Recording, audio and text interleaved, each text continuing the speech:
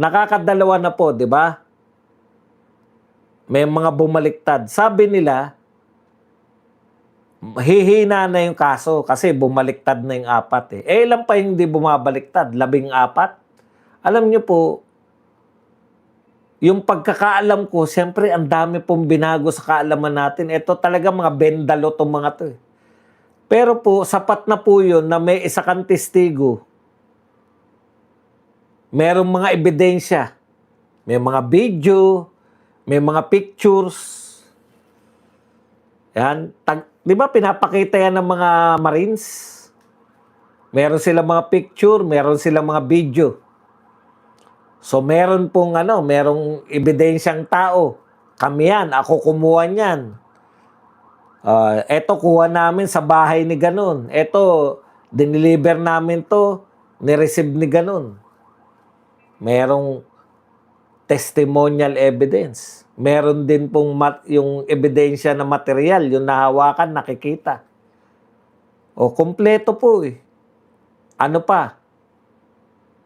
May nag-corroborate ba? Yun po importante. Pag mag-isa ka lang, hindi po tayo nagsabi niyan. Ang nagsabi po nito si Lacson. Si Gutesa, nung siya tumistigo, dami nilang hinanap. Siniraan nila sa Gutesa na kesyo yung nakapirma na abogado ay hindi, etc. etc. Hindi o pineke yung notaryo. Okay. O sige. Given na yan. Meron ng ganyang sitwasyon na si Gutesa raw, sa ayon kay Lacson, wala naman nag-corroborate. Ngayon po, may nag-corroborate na. 18, nabuwasan ng 4. Paano po ba tinitignan ng isang judge yung nag-recant? Pag nag-recant po, hindi na po halos magagamit yung testimonya niyan. Bakit? Eh, 2 na testimonya niya eh. Hindi na po kapani-paniwala. So, sa normal po na korte, pag nag-recant yan, matatanggal lang po yan bilang mga, kumbaga, hindi na kapani-paniwala yan na testigo. Kasi nag-recant na eh. 2 na yung sinumpaan niya eh. Alin doon ang totoo? Kaya karaniwan po dyan, mare-relegate lang po siya na hindi nakapani-paniwala na testigo. So, sa normal na korte, kasi hindi natin alam kung paano po mag-isip ngayon ng lahat eh. Hindi na po normal kasi ngayon ng lahat. Kung sino po yung nag-iimbestiga, si Marcoleta, nag-iimbestiga ng mga magnanakaw. Siya ngayon na nakakulong. Lahat nung iniimbestigahan niya, yung mga iniimbestigahan niya na mastermind, wala. Laya pa rin si Martin, laya pa rin si Saldico, laya pa rin yung isang, ang sabi ng mga 18 Marines ay na-deliveran si BBM. Laya pa rin si Tulfo. In fact, siya pa po yung na-deliveran na, siya pa rin po yung BRC. Kaya ayaw eh. Okay na yan. Naunawaan ka na namin kasi bakit mo naman ididiin ang sarili mo, di ba? O iba na lang imbestigahan mo. Pag hindi ka pa rin nag-imbestiga, Tulfo, wala talaga. Kaya ka pala talaga nilagay dyan para wala nang maimbestigahan. Hindi lang po ang BRC, hindi lang po yan pang-flood control. Kung ayaw mo ng flood control, dahil very obvious kung bakit ayaw mo sa flood control, yung ibang anomalya naman. Eh kung wala ka ring imbestigahan, wala talaga yan. O basta nagre-recant. Okay. Alam niyo po, eto nakakabilib eh. Ako, tama yun. Tama yung paliwanag na pag nag-recant ka, hindi ka nakapani-paniwala na testigo. Kasi 2 na testimonya mo eh. Pareho mo sinumpaan.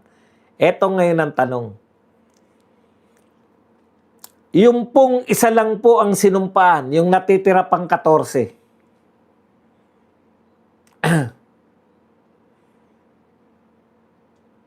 Hindi po, alimbawa po, kayo po, hindi kayo mapapaniwalain. 2 lang po ang pwede. Pag isa lang po yung sinumpaan mo, katulad po yung natirang 14, isa pa lang po yung sinusumpaan nila sa Salaysay. Ano po ibig sabihin yan? It's either sila ay nagsasabi ng totoo o hindi nagsasabi ng totoo. Di ba? Oh. Dalawa eh. Ngayon, ano po yung tingin natin sa nagre-recant? Pag nagrecant po, meron silang hindi sinabing totoo. Lalo na kung magkakontra yung kanilang, recant nga, ibig sabihin ng recant, binabawi ko na, di ba? O yung nauna kong testimonya ay hindi totoo. So dalawa yung testimonyo niya. Automatic, sa testigong nagrecant, automatic na nagsinungaling siya is either nagsinungaling siya nung una o nagsisinungaling siya ngayon. Pero may panahon na nagsisinungaling siya. Doon sa isa lang yung iyong testimonya, dalawa pa rin yun. Is either ikaw ay nagsisinungaling o nagsasabi ka ng totoo. So isa doon tatama. Pag dalawa ang testimonya mo, nagsisinungaling ka na talaga. Dahil pagpipilian lang, ano yung pinagsinungalingan mo? Yung una mong testimonya o tong pangalawa mong testimonya?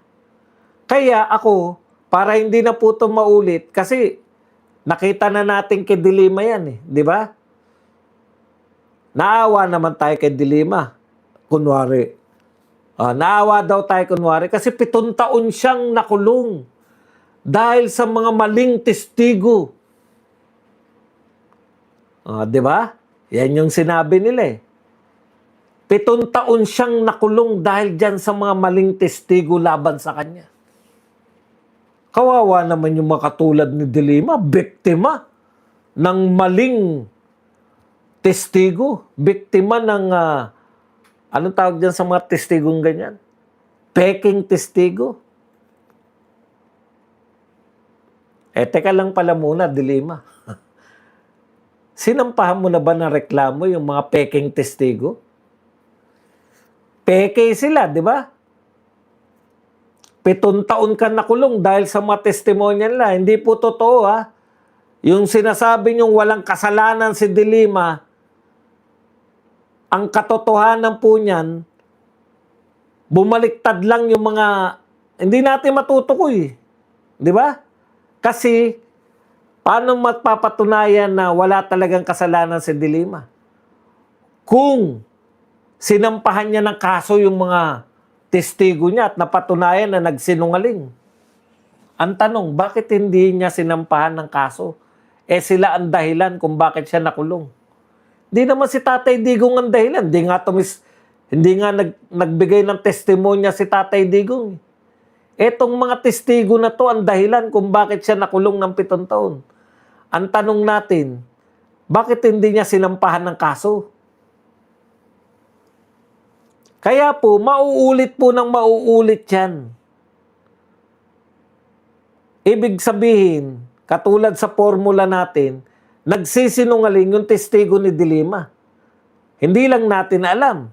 Kasi, sigurado tayo nagsinungaling yung testigo ni Dilima. Hindi lang natin alam kung saan sila nagsinungaling.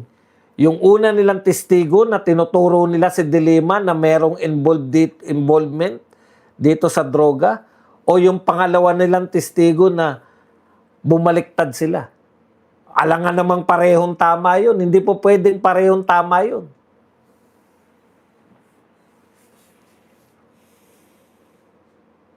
Bakit wala silang kaso? Nagsinungaling sila.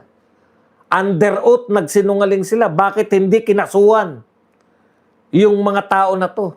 Pwede pala yung ganyan.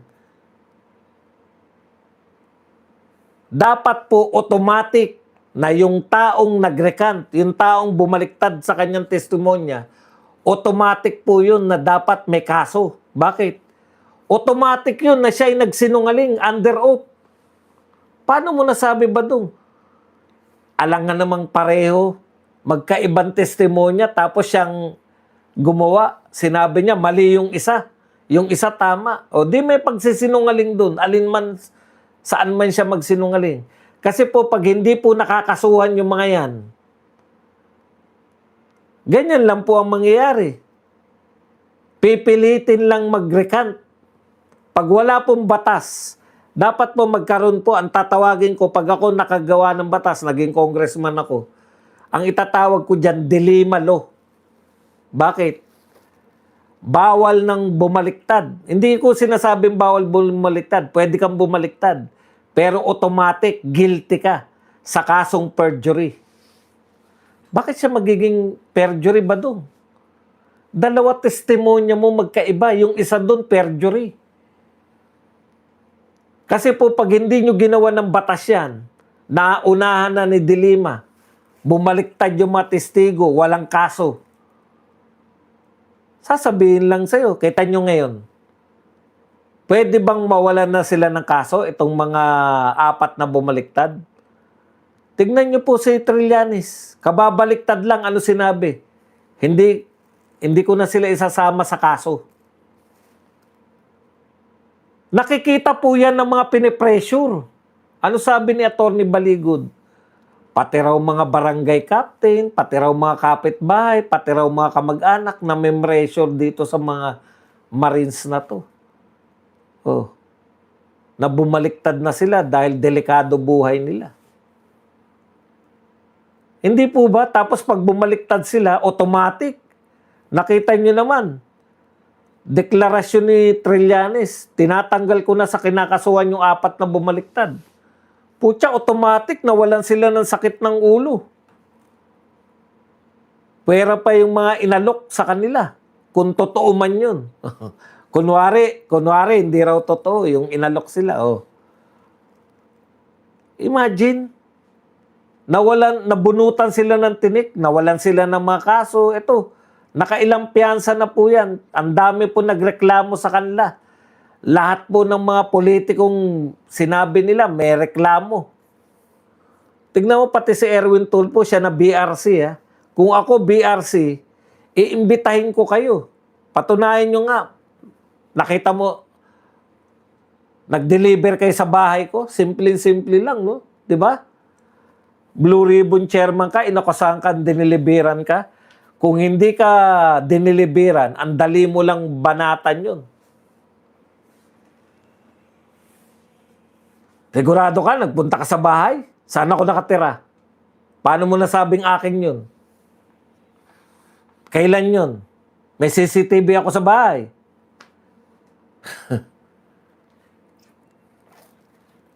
Pero tignan po ninyo, pag bumaliktad ka, wala kang kaso. Kay Dilima, walang kaso yung mga nag-akusa sa kanya. Hindi niya kinasuhan.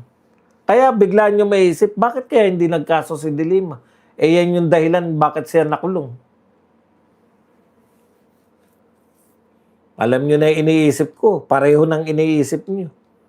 Ba't mo naman kakasuhan yun? Eh sila nga dahilan kung bakit ka nakalaya.